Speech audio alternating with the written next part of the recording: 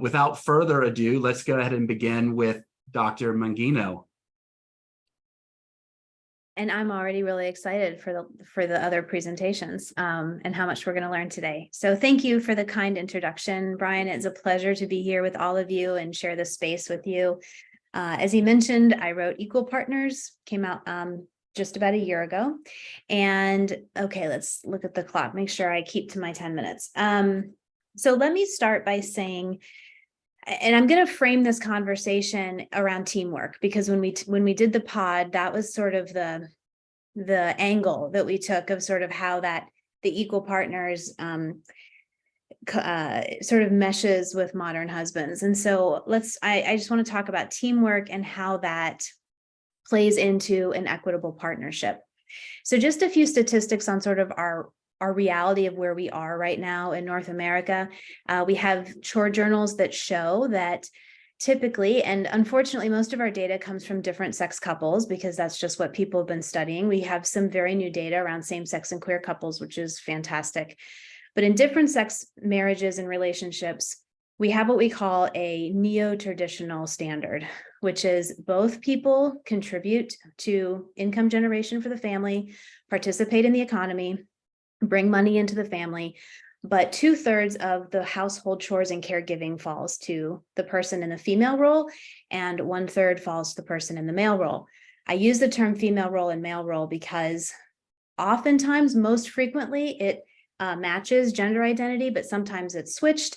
And we're also seeing these patterns replicated in same-sex and queer marriages. So I just want to be careful to say that these are behaviors. They are not, wedded to our gender identity.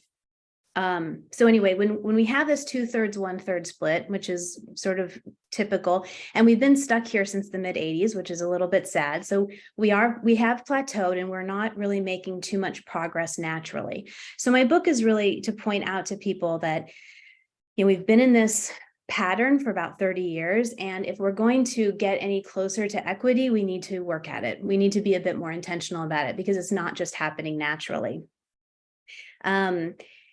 Let me say that, so this is where we are, this 2/3, 1/3. And if you think about that in terms of time, if the person doing 1/3 of the work in the house, it puts in 10 hours a week, that person doing 2/3 is going to put in 20 hours a week.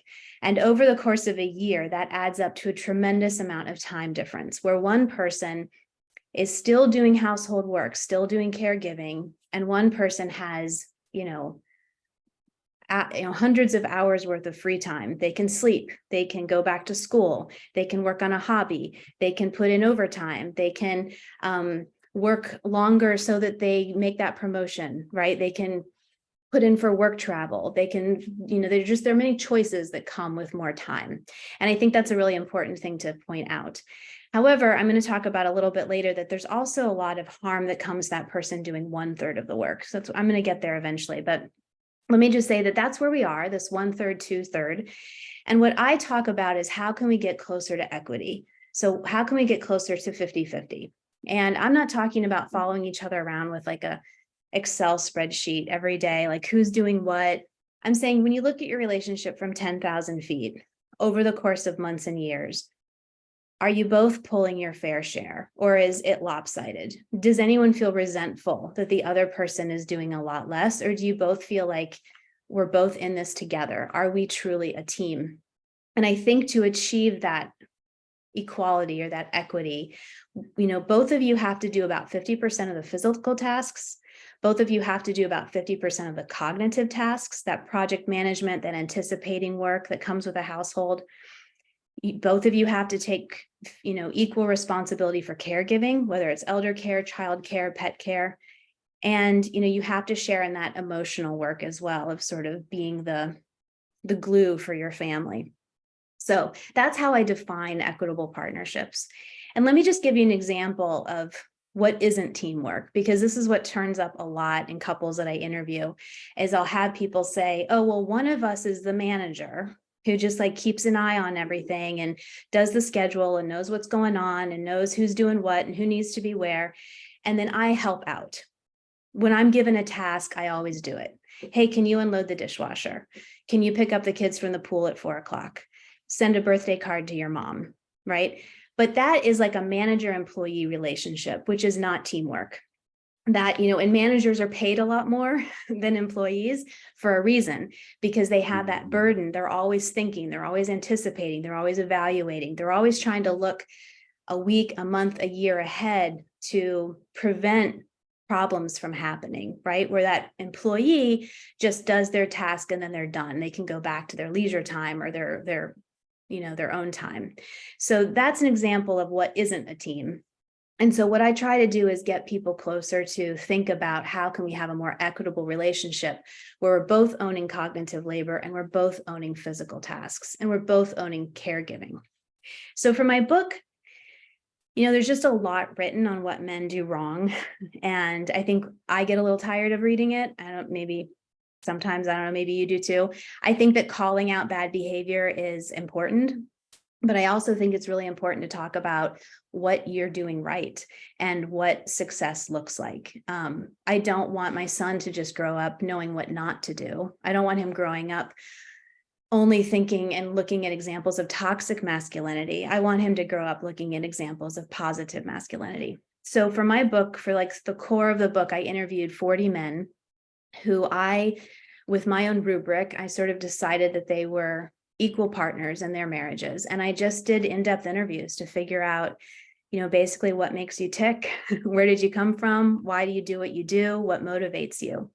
And I thought I would share today a couple of bullet points about what motivates them, because when I first started these interviews for my research, I would ask the question, why are you comfortable giving up all of your free time and all of your leisure time, sort of going back to this idea of the patriarchal dividend, right? Like, why are you giving back your dividend?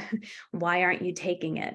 And I quickly was corrected in the first few interviews that I did. The men I interview would say, no, I'm not giving anything up. I'm doing this for myself and I have a better life because of it. So I want to share some of those motivation points to you, why they think their life is better for living as an equal partner. I don't have the demographics memorized, but I can say I worked really hard to find people from all over the US and Canada, from different economic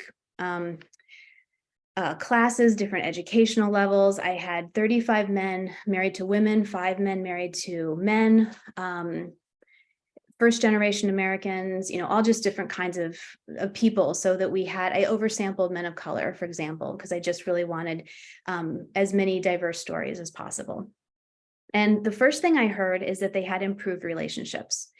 They didn't bicker with their spouse as much. They didn't feel nagged and they didn't need to nag. They felt like they had a really good marriage and a good relationship because there was trust and they were both pulling their own weight. And so they had more romance, better sex, deeper emotional connections, deeper connections with children. They really felt like they knew their kids as people beyond just hanging out on a Sunday afternoon and knowing the basics. They really truly knew who their kids were, and their kids really truly knew who they were. And that had an emotional benefit that far outweighed, having Saturday afternoons off. The men took great pride in participating in the household. They felt validated by the work that they did. They felt competent. And the men I interviewed whose kids were grown up or older, they would look at these amazing human beings that they had helped raise, and they were like, my partner didn't do that, I did that. We did that together. This kid grew up to an amazing human because of something that I did. And that pride was a motivating factor. And the third thing I'll talk about today is how they talked about how they were able to truly be themselves. I've interviewed a lot of men in the past several years, and a lot of men tell me about times in their life when they have to perform masculinity, whether it's on a sports team or in school or at work. They feel like they can't be who they are. They have to perform masculinity, mostly for other men and for other women as well. And that's draining, and it feels disingenuous, and it feels like those relationships are based on a lie because it's not who they are. And that trying to perform masculinity in your home is the worst of it all, because that's the space where you should be able to be comfortable and be yourself and be loved for who you are. And so the men who are equal partners in their homes because they could pitch in and they could be who they are. They could be vulnerable. They could be scared. They could be frustrated. They could feel embarrassed. And their spouse and their kids loved them for who they were, and they didn't have to perform masculinity. And that was another huge motivating factor, especially men who have had to perform masculinity in their past lives. So I know I'm coming up on my time. I'll just end that I talked to Richard Petz the other day, who's an academic, does fantastic research in Ohio, I think. Oh gosh, I think it's Bowling Green. And he's done some very recent research about sort of where we are after COVID. And he says that data shows that the couples who are able to maintain equity after COVID, that when mom does less in the home, mom's stress level goes down. That's a given. But he said when mom does less in the home, dad's stress level goes down too. He's only looking at different sex couples right now. Unfortunate, but at least we have some data to show that basically when when you have greater equity in the house, both people's stress levels come down. And I think that's an interesting, point that we want to research more and look into a little bit more. So I'm at my 10 minutes, Brian. I will stop talking. So much more to say, but I'll stop there. Wait, now's the time for questions. So we allotted time for questions from folks who are attending. Feel free to just unmute and ask any questions that you have. I don't exactly have a question, but kind of like a comment about the stress level going down. You said that when mom is doing less work, then both of the partner's stress level going down. And I feel like, could it be possible that when one person is stressed, who is doing the more work, who is stressed, then they kind of behave more stressfully to others, and that's why the other persons get stressed. And when that person's stress level goes down, the whole family stress level could go down, not just dad, but could be kids too, because often we see that when one person in the family is stressed, they are kind of being irritated or angry at others too. Yeah, that's a really good point. It's not my own research project. I would love to look into that and see if they looked at sort of benefit to the entire family. That's a really good point. Yeah. And another thing you mentioned about like having 50-50 partner, 50-50 divisions of each work, like cognitive and like physical or something like that. But I think that maybe 50-50 might not be the best, most efficient in every aspect, in the sense that two partners may not have the same cognitive power. And so let's say something that requires math might be better if the person with more cognitive power take care of that, while the other person is doing something else which needs less cognitive power. I feel that it's rather than every aspect, it's better if the time is divided. I think you misunderstood my, I don't intend for everyone to share every task 50-50, but if you look at the household tasks in general, both partners should do about 50% of the physical tasks and about 50% of the cognitive or the project management tasks or emotional labor, whatever you want to call that thinking work. Most couples I've interviewed do delegate, and they take over domains just, I'm better at this, you're better at this, I can do this faster. You definitely delegating tasks is efficient. So I'm not talking about you have to do everything 50-50, but from 10,000 feet, when you look at your relationship and you look at all the household work that needs to be done, that's what I was intending. And of course there's so much nuance in this topic. Of course, it's going to change couple by couple. These are just broad brushstrokes to get us started. And let's go David and John, and then Ed after that. Thank you. So it really resonated with us when you said that some of these men felt like it cost them a lot of energy to be more manly in certain situations. Coming from our background, we can totally identify with that. I'm curious how that might have manifested in their lives. Did that coming from experience that manifested like drinking, drugs, overspending, anything?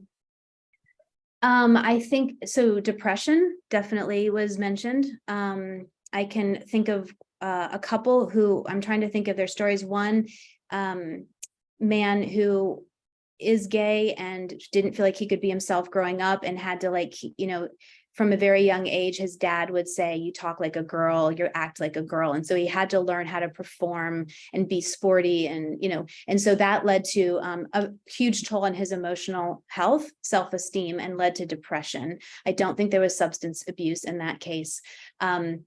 Another individual who was a Black American, and he happened to be married to a white woman and felt like he had to perform a certain amount of masculinity.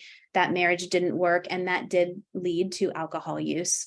So yes, I think that it manifests differently in different people, and I think it can, there's a range of sort of physical and emotional outcomes that can come from it. Thank you. Does that answer your question? Yeah, I was just curious because we see it from our community that kind of oftentimes exacerbates in negative outcomes. Yes. Yes. So I was just curious. Poor relationships, poor relationship with spouse, poor relationship with children, problematic relationships with parents and community. Absolutely. Yeah. Yeah. Thank you. Ed. Thanks, Brian. Thanks, Kate. So neat to hear your findings, and it does a lot of the overarching ideas that, like, this is a richer life for these men who are fathers that are being more equitable, or I guess as partners more generally. That kind of dovetails with some of the work that my co-author and I found in our book on reinventing masculinity. And I wanted to kind of ask a question that's similar to the ones that the debt-free guys asked about the authenticity piece. Because I was curious about the work you've done and that you highlighted just now about not having to do performative masculinity. Can you connect the dot with that, with the research that you put in Slate about the pandemic and how that was transforming dads too? Because it seems like they're parallel, and I wonder if you could illuminate that, because it's such an inspiring finding also. Absolutely. And I think there's so many linkages between sort of our expectation about the provider father. And oftentimes when we define providing, it's in a financial sense. So we push men into this, get a good job, have a title, make more money, provide for your family, which means a paycheck. But we don't need you to offer emotional support. We don't need your time. We don't need your hugs. We don't need you to cook dinner. We don't need you to do bath. We just need you to bring home that paycheck. And I interviewed a lot of men who felt really empty. I just put an article actually out yesterday on Psychology Today about this exact idea, where men would say to me, it's ironic that my community thinks I'm successful because I have a big title and I make a lot of money, and yet I am lonely and I'm depressed and I feel distant from my family. So, views of success and then feelings of success. And, during the pandemic, we saw many dads come and work at home, and that just put them in the space. So they were around to do lunch and homework and help out. And they loved it. They loved being present. They loved those experiences. We've learned that you can't just schedule quality time with kids from 2 to 4 on a Saturday afternoon. You have to put in the hours. You have to spend hours and hours and hours together so that those amazing moments bubble up. Every parent knows that, right? And so the dads who came home to work during COVID and had that experience didn't want to give it up. They're like, oh, I'm happier now. I'm better now. So I'm going to fight for a flexible schedule so I can maintain this relationship that I've experienced. Well said, Dr. Mangino. Thank you so much. I think that, we've got another follow-up question. I want to save time for the others though. David and John. Oh, hold on a second. Yeah, go ahead. Sorry, we're used to asking a lot of questions.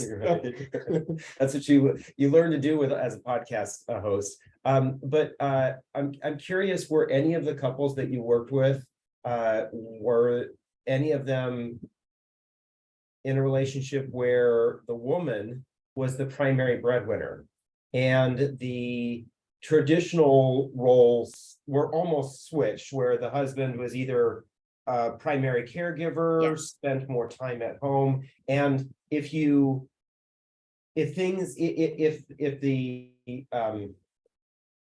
there was role reversal there Yes, too. in this absolutely. 2/3, And 1/3. the emails that I get from readers, I've had many men reach out to me to say, we have a role reversal in my relationship. I do the traditional female things. And I feel like all of the books out there and all the articles pigeonhole me and assume that because I'm male, I do the dad stuff. And I feel heard and seen by you. And that's like one of the best compliments I could ever give. I've had men who feel very comfortable doing that female role and they're proud of it. And I've interviewed men who are still a little bit uncertain about it. I find that community has a huge impact. Are you in a community? Do you have other stay-at-home dads you can hang out with? Is your family supportive that you quit your job to stay home with your kids, or you took a part-time job? Or are you feeling like you're being judged? Do people think you're lazy? Are they kind of dropping hints that you should get back into the workforce? So I do think the community plays into, just has a huge effect one way or the other on supporting or shaming men who decide to take on that female role and do more in their house. Thank you. Thank you, Dr. Mangino. And for those of you who haven't listened to our podcast, be sure to do so. I'm going to send a link of that podcast out after this this meeting. So let's now turn to Dr. Ross, who's going to be able to explain why couples fight about money. In only 10 minutes. In only 10 minutes. No, and I'm always happy to yield my time to Kate just because she's so brilliant. I just love listening to you. My name is Dr. Bruce Ross. You can call me Bruce, that's fine. Brian refuses to. I'm an assistant professor and program director for the Family Financial Counseling program at the University of Kentucky. I'm also on the executive board for the Financial Therapy Association and a co-host for our Modern Husbands podcast. So Brian gave me the great topic in 10 minutes again for approaching tough money conversations with your spouse. And so I can talk on and on about this, but I want to take a step back and kind of recognize who we have on this talk tonight, who's listening. We have a range of experts and from those that are just learning about it. So a couple of things I know I'm preaching to the choir about, right? But I think it's always helpful to take a step back, take a minute, take stock of where we are, consider where we are now, what life stage we're in, where we've been, the conversations we've had and not had, and even what's lingering as far as our thoughts about money and the conversations we need to have about money right now, right? Because I know there are conversations that I need to go have with my partner, probably right after this, that just occurred today. You might have some similar experiences. So sometimes I think, and I love having these talks because it's always a nice, simple reminder to check in with ourselves. But before we get into approaching tough money conversations, we need to kind of talk about why money conversations are so difficult, right? Why are they so tough? Well, the simple, very real, very short answer is money is about much more than money, right? It's a part of everything we do. It's a part of our identities, our values, our life goals, our life challenges, our relationships, obviously. So these are very real, very consequential, very important things. Yet it's all very taboo to talk about. Money is taboo to talk about. And no wonder with that conflict, with that disconnect, there's such a high emotional reactivity with it. There's the fear of the unknown. There's guilt and shame over money management behaviors we've made. There's anxiety about the decisions we've made with our money. There's constant comparison to others, the whole concept of keeping up with the Joneses or keeping up with the Kardashians now. There's the risk of looking stupid or inferior or not enough. And then on the flip side of all of that, there's some really good positive emotions like hope, excitement. There's even associations with love and money, right? All of this complexity makes it difficult, makes it tough to have these conversations. And it makes it very stressful. A lot, as Kate was just talking about, there's a lot of stress surrounding money in our relationships. Even some stats are that couples who argue over money Those who do it regularly are 30 times more likely to end up in divorce. 30 times. But if we're having meaningful conversations, if we get past that taboo, we find that these conversations actually improve our psychological well-being for ourselves and for our partners. It improves our relationship satisfaction and improves our intimacy. There are a number of positive outcomes if we can get past that. So first, we need to get past that, right? And we know these money conversations can be very stressful. They can be very daunting.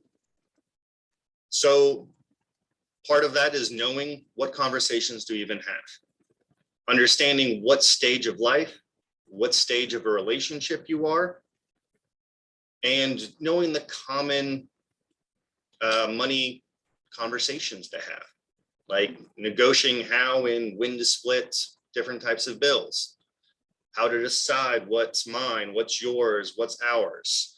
When we're looking into retirement expectations or estate planning considerations.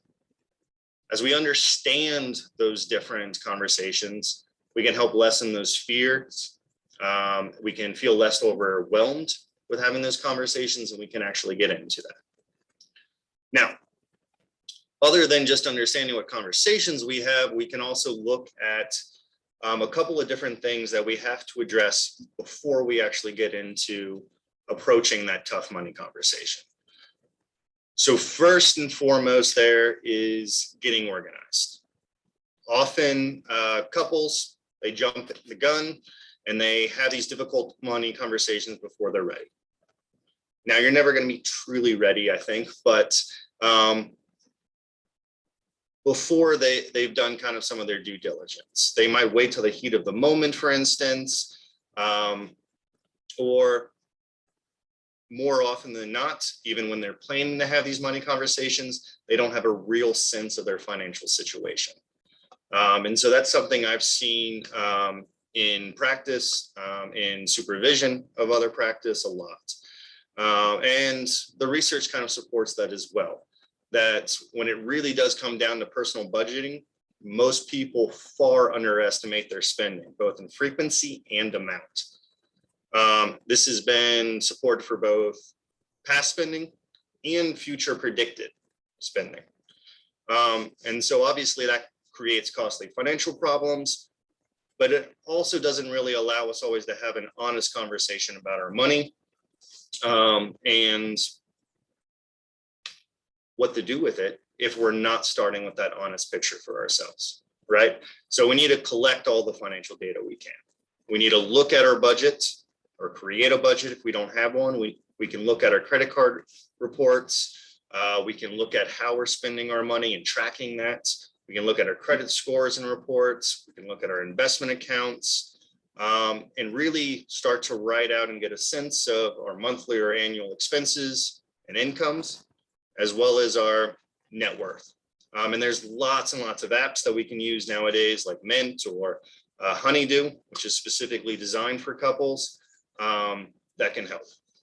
But it kind of goes back to that phrase of you don't know what you don't know, right? We have to have kind of an honest understanding of ourselves before we can move forward.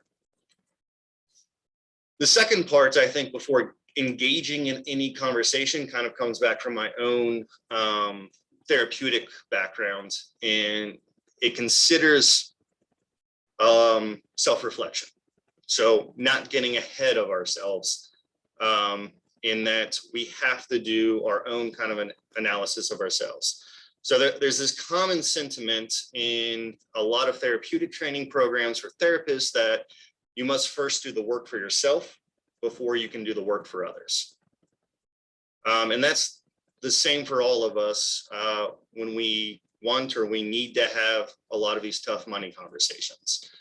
We have to have our own introspection about our understanding of our own values, our associations with money, the meanings that we have about money, and really digging down and understanding our own beliefs, values, and emotional connection to money.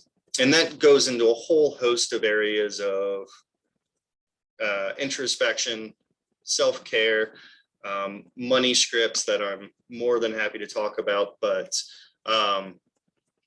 you need to do the work yourself, right? And then before that conversation happens as well, you need to make place, or you need to make a place and room for listening. Really, the first step in communicating is to listen. And listening is an active process.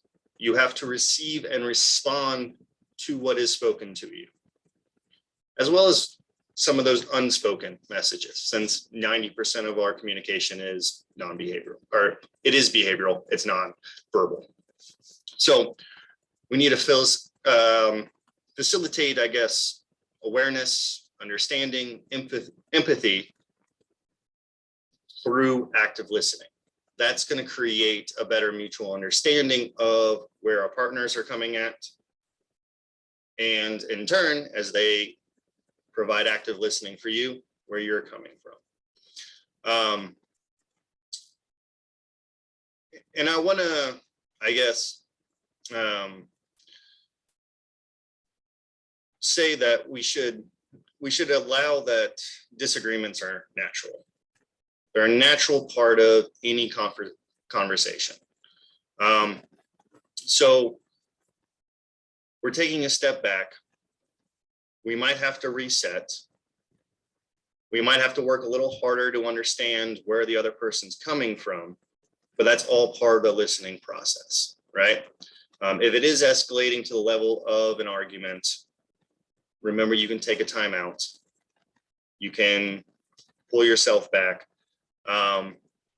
and make sure that, again, that we're focusing on listening. As far as starting the conversation, there's a couple of different things that you can do. There are different theories out there. There's lots of different methods, but I think one of the most simple ones is just start. So there's never going to be a perfect time. There are wrong times when we're stressed, we're tired, we're anxious. So we want to avoid those, but there's never a perfect time. So just start. Check in with your partner to make sure they're not also stressed, tired, or anxious. But just start. This can be planned, this can be spontaneous, but having that conversation is critical. So, and as you're starting, making sure that we're following certain types of rules, that we're using I language, communicating how we're feeling, what we're thinking. But we're also, the other part of that is we're using we language, because it is a partnership, right? You are a team. We're focused on how we can manage our money, how we can plan for our future, how we can handle the obstacles or the struggles or the fears that are coming our way. We also want to make sure that we're not shaming or blaming our partners, that we want to focus on those things that we can control. And again, if things do get heated, if our emotions come up, if it does get too stressful, knowing that we can take a break, allowing the space to take a break. If we're just starting, we're just having these conversations. We're doing them in a place and a time before we have to, before it gets too serious, before it's absolutely critical, right? So it's okay then for the conversation to happen across many conversations if it is very reactive. So there's room for that break. Stopping and going is okay. And so I want to be cognizant of time here too to get to any questions. I do want to briefly talk about planning money dates. I know I mentioned that in the very beginning and that it's kind of like a money date, but making sure that these money conversations, they don't have to happen in any type of stuffy or smothering environment. They can happen organically or spontaneously, and if there's a lot of good energy, go with it. But they don't always happen organically. Sometimes you do have to plan for it. And we all know we have very busy lives. So creating a specific time, specific place to really discuss your money issues or money values or money plans or what have you may be necessary. And so there's a couple different thoughts on that. Kind of on polar sides, you have Carl Richards, who's a brilliant financial advisor. He suggests not having it anywhere that you have a very close, happy connection to, like the dinner table or the bedroom. And having it in a place like a cafe you don't really care about, so that if you get in an argument, it's not being associated with that place. I switch it up. I like to have it in somewhere that I am very relaxed, very comfortable. My back porch, looking out at trees, watching the dogs play. One of my favorite places to have it, because and typically maybe with a glass of wine, or if it's at brunch, maybe a mimosa. But having those conversations where I can relax. So do what works for you as a couple. And I know I'm out of time, Brian, but the last point I do want to make, and I want to make sure that I get to, is allowing for grace. Grace for yourself, for your partner, for you as a couple. Right? We're all going to make mistakes.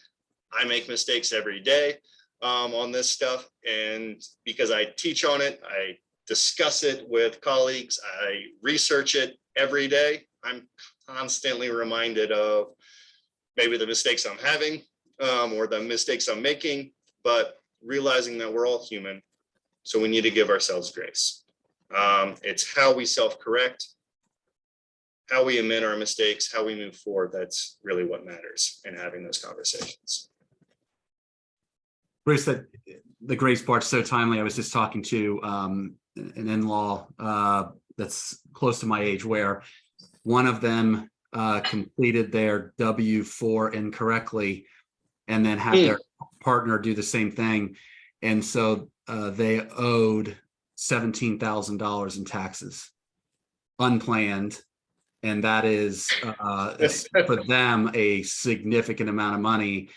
And the only way that they can move forward is if they gave each other grace. Like the person who made the mistake obviously was initially getting hammered, that's a pretty big mistake. But then that person needed to give themselves grace because they felt so bad and they were embarrassed. What you hear actually about that. So I actually have colleagues that I know of, two other colleagues that one had a $40,000 one and one that messed up on the year before and actually had like $120,000 tax bill. Oof.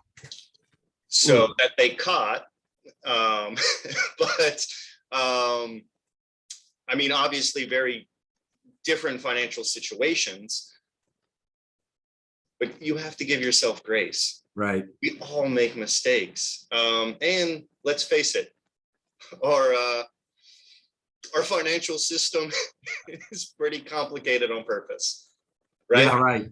It's intentionally complicated to confuse people.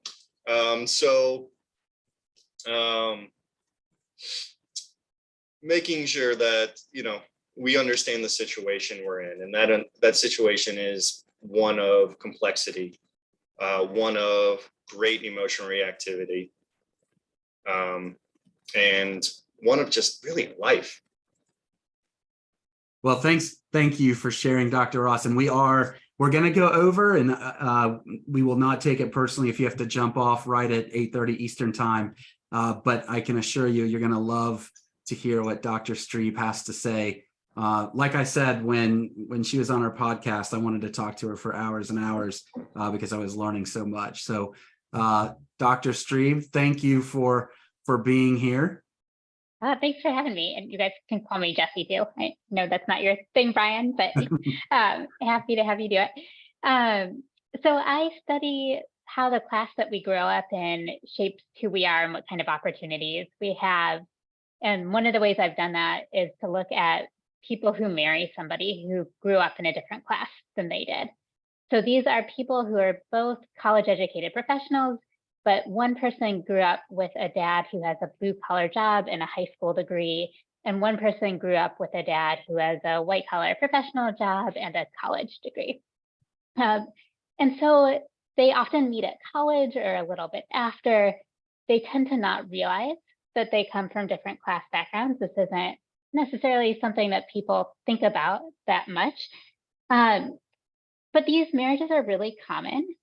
So when you hear people say that cross-class marriages are not very common, what they're referring to is people who are currently in different classes. But people who are now in the same class, so they're both college educated professionals, often do marry somebody from a different class background. It's common in straight couples, and it's even more common in gay couples. And what brings these couples together is their different class backgrounds. They don't realize it, they don't use that language. They often are years into their marriage and don't ever think that they're in a cross-class marriage. But implicitly, what's going on is there's something that they found was hard to get in their class background, and that somebody else who grew up in a different social class has an easier time offering. So for example, people who grew up in blue-collar families often kind of just marveled. I just met this person and they just have such ease with school, with work. They know where they're going in their lives professionally, and it just seems to come so naturally to them. They're so confident about it. Of course, the class system is set up to make it easier for kids who come from higher class backgrounds to have ease in these situations. So what they're really saying is like, I like this person partly because of the things that were easy for them in their class. And it goes the other way too. So people who grew up in the more professional middle class backgrounds, they meet these people and they say, they're so close to their families. So me, I was always being shuttled off to this sports thing and then this music thing and then this tutoring thing. We didn't really just like hang out a ton as a family. But this person, they just like joke around with their brothers and their sisters and their parents, and they're so at ease and they have so much to talk about and they're so close. They often also appreciate that their partner's whole life isn't work. They were brought up to be very achievement oriented, and this person who can kind of turn off work, pay more attention to the family seems really appealing to them. At least at first, those things don't always last. And then what happens is that couples keep the things that they grew up with based on their social class. So even though they go on to share a bank account, they often share children, they're living in the same house, they have the same financial situation for the most part. They engage with the world in a very different way. And that's for everything in terms of how do you want to spend money? How do you want to raise your kids? How do you want to express your emotions? What to do with leisure time? And how to think about housework too, getting back to what Kate was talking about. And so this difference is that the person from the higher class background usually wants to manage everything, right? So they grew up with enough money and parents with enough authority that life was very predictable and they had plenty of resources. So they could use what they have and really plan into the future, organize everything, manage it, and it's probably going to go the way that they thought it was going to go. Because when you have a lot of money and your parents have a lot of authority at work, you can usually make things happen the way you want them to. Not always, of course, but more often than not. So planning seems like a really worthwhile activity. The person who grew up in the blue collar family, their parents didn't have as much money, they didn't have as much authority at work, and so you're kind of at the whim of other people more often. And so they got really good at going with the flow, right? As things come up, we're going to figure out how to deal with them, but we're not going to do all this planning and organizing in advance. And so that difference shapes kind of everything throughout their lives. One of the examples is with money, right? So the person who grew up in the blue collar family often grew up hearing, we don't have the money for that. So once they go to college, they get a professional job. Now they have the money for that. And so that idea that they spent 20 years waiting for something and then they're not going to get it just seems kind of ridiculous, right? And so when they see something they want, it feels so freeing, so much like a symbolism of, hey, I made it, to go get it. They also tend to grow up with less savings, and so they feel more comfortable having less savings. And so it's not a huge deal to spend a lot and to not worry about so much what you have in savings. And some of them who grew up extremely poor, there was never going to be enough money, right? No matter what you did, there wasn't enough. And so why plan and organize and manage when like it's never going to matter? Whereas their partners who had plenty of money, who had tons of authority, they were really able to think about, what do I want to do with my money? And so they plan and organize and manage it. They budget very carefully. So of course, these can cause a lot of differences between couples, these two different approaches. The couples who manage it well, they, the person from the more advantaged class background says, isn't it great that they get me to like spend a little more freely on the things I love? And the person who grew up in the blue collar background says, they're probably right to make me think about how I'm spending a little more and plan a little more for the future. And they can kind of meet in the middle. The couples who don't do this so well, they just can't see where the other person's coming from, right? My way is right, their way is wrong. And they aren't able to compromise so much. This comes up especially about house sizes, partly because these are not couples who are going to get two houses, right? So like one decision, it's harder to compromise on. And the person who grew up in the blue collar family more often sees their house as a symbol, right? They made it. Somebody can drive by, they can see the size of that house and say, wow, like, look at how well they're doing. The person from the professional background, they don't have anything to prove. They've never not made it. Their entire life from when they've been born has basically been having made it. And so they don't really care if the house is huge as often. And so they're often trying to say, hey, maybe we could get a condo. Maybe we could like live in this more convenient place. And their partners are less apt to want to do that. So their kind of class backgrounds follow them through their marriages. And mostly the divorce rate is not any different for cross-class marriages or same-class marriages, but the things that people disagree about are going to be different. And so they have to kind of think about, how do you kind of live your life with somebody who approaches the world in a different way? And can you kind of continually get yourself to see the value in somebody else's way? Or do you always see it as you're right and they're wrong? And that's kind of the challenge for these couples.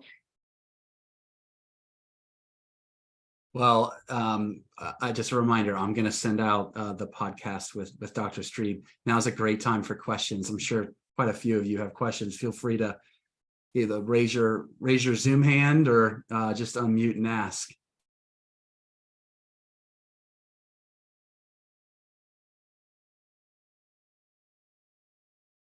See, I'm going to Brian's title focus. Thanks for this really great research. Kate and I have been having this private conversation about how cool your research is. And it seems to me like I pointed out there's a New York Times article about kind of privilege and perspective that was in couples therapy that seemed very similar. And I'm wondering if you're thinking like the past several years of Black Lives Matter protests, equity focus in a lot of different areas is raising these issues in better ways, healthier ways for couples, even maybe ones that are closer in class background, but at least will still help us recognize our different frameworks on the world. I think in general, we've come a long way with how we think about gender and race. I don't think we've made that progress with class. So even with Occupy, 99% versus 1%, I mean, it's something, but there's huge differences between the top 20%, which is mostly these college educated professionals, and everybody else. There's even a lot of differences between middle class people and poor people. And so I don't think we've come very far in thinking about class. I think to the extent most people think about it, it's only about how much money you have, not about how much money you grew up with kind of shapes the type of opportunities you have and the person you become. I think we have gotten better at thinking about like chances of going to college by your class background. I think people are pretty aware of that now. But I don't think they're aware of how you might respond to the world differently, what you like, what you dislike, how you approach people, what you want, might all be shaped by your class background. And especially the background stuff, I don't think we talk about at all. We just think, oh, they made it. That's done. So I think we still have a long way to go with class, but I am heartened by how far I think we have come with race and gender. So maybe, and sexuality. So maybe class will be next. I don't know. Thank you. Any other questions? Oh, we've got David and John. So I'll say this, what you were just talking about resonated with me 100% with my relationship with my ex. Just for a little context, my ex grew up in a family household where his father was earning millions of dollars and was obviously college educated. And I grew up in a household where my father, although he was white collar, he did not get his college degree, and because of some personal choices around religion, took a job that caused him to, as our family, to earn 50% less when he took a different job. And so I came from a scarcity mindset of, we don't have enough money. We don't have money for that. We can't do that. You can't get that, being repeated to me over and over and over again. And I'm curious, in part, it ended up being part of the reason why we ended up breaking up and separating, was because there was a lack. I felt like that there was a lack of respect in our relationship, because I didn't ever feel like he was hearing me when I said, I don't think that things are fair, because for him, things are always fair. The perfect example is, we only have so much cake, and I'm going to just use this. This is not a real life example, but we only have so much cake. He eats 3/4 the cake, and he's like, no big deal. We can always get more. And I come from the background of, okay, everything needs to be fair because there's so little, because we have so little of it, we divide it up equally so that everybody gets their fair share because there is such a small amount. And I'm curious if that dynamic of fairness and equality in the different classes has played out in any of your work. I didn't see it in exactly that way, but one of the ways ideas of fairness came up was how much do you help your family financially? And so people who grew up with families who needed more financial help, they would, of course, you're going to help your parents. Of course, you're going to help your siblings when you can, to a limited degree, depending on the sibling and how they're behaving, and are they using it for responsibly or not. But the starting assumption is like, if we have money and we can help, so why would we not help? For people who grew up, who that's not their world at all. The idea for them is parents give you money, and it doesn't ever go the other way, right? The idea that you would give your parents money seems kind of crazy to them. And so they were sometimes resentful of that. And it was one of those things too that often started by drawing them together, because the person from the professional background would say, my partner's so generous. Look at how close their family, this is so wonderful. But then over the years, when you're constantly giving your money to your partner's parents, they suddenly are like, hey, but isn't it supposed to go the other way? And so they would not be as supportive. Usually two people who grew up with less resources are more generous. And that comes from a sense of like, you have to help each other out to get by. And if you don't have to help each other out to get by, you don't, and you don't get in the habit of generosity to the same degree. So it came up in that sense, but I don't think in this sense quite that you're talking about, but maybe I didn't ask the right questions. Maybe I would have if I had asked about that. Thank you.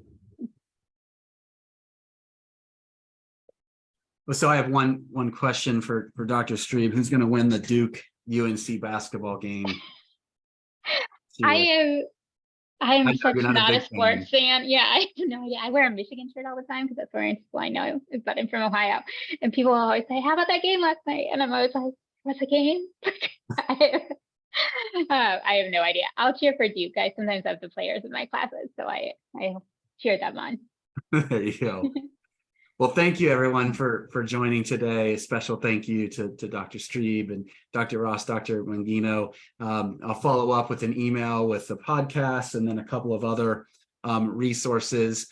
But I do want to end with a little bit of a chuckle. Dr. Mangino had to step out. I'll make sure to send this to her. But I found a couple that might drive her absolutely crazy. Give me 1 second here and I will share my screen and show you. You mean beside yourself, Brian? Besides myself, I am a case in myself. There we go. Share screen.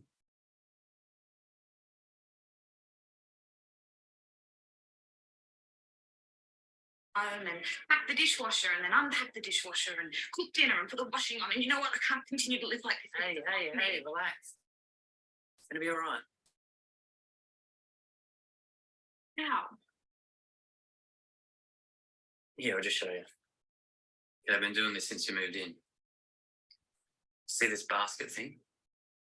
I don't know how it happens, if it's the house or what, but any dirty clothes you put in this basket, somehow the next day, they're just clean, folded, and in a perfect pile on your bed. You're not serious. I couldn't believe it at first either, but it just keeps happening. That's why I didn't tell you. I didn't want to jinx it. You are insane. Try it, you'll see. Unless it's only chosen me. See, I don't know. I can't do this. No, wait. There's other things too. Plates, cutlery, pizza boxes, dirty tissues, anything you leave on this coffee table just vanishes overnight. I mean, sometimes I'll see how far I can push this thing and I'll just leave shit everywhere. And then sure enough, the next day, it's all gone. It's just vanished. It's magic. No, she wouldn't have left me. This is what I think happened. I heard her get up in the middle of the night to get a drink or something. She must have fallen onto the magic coffee table and just vanished. Are you insane? No, he's not insane. I've got the same coffee table.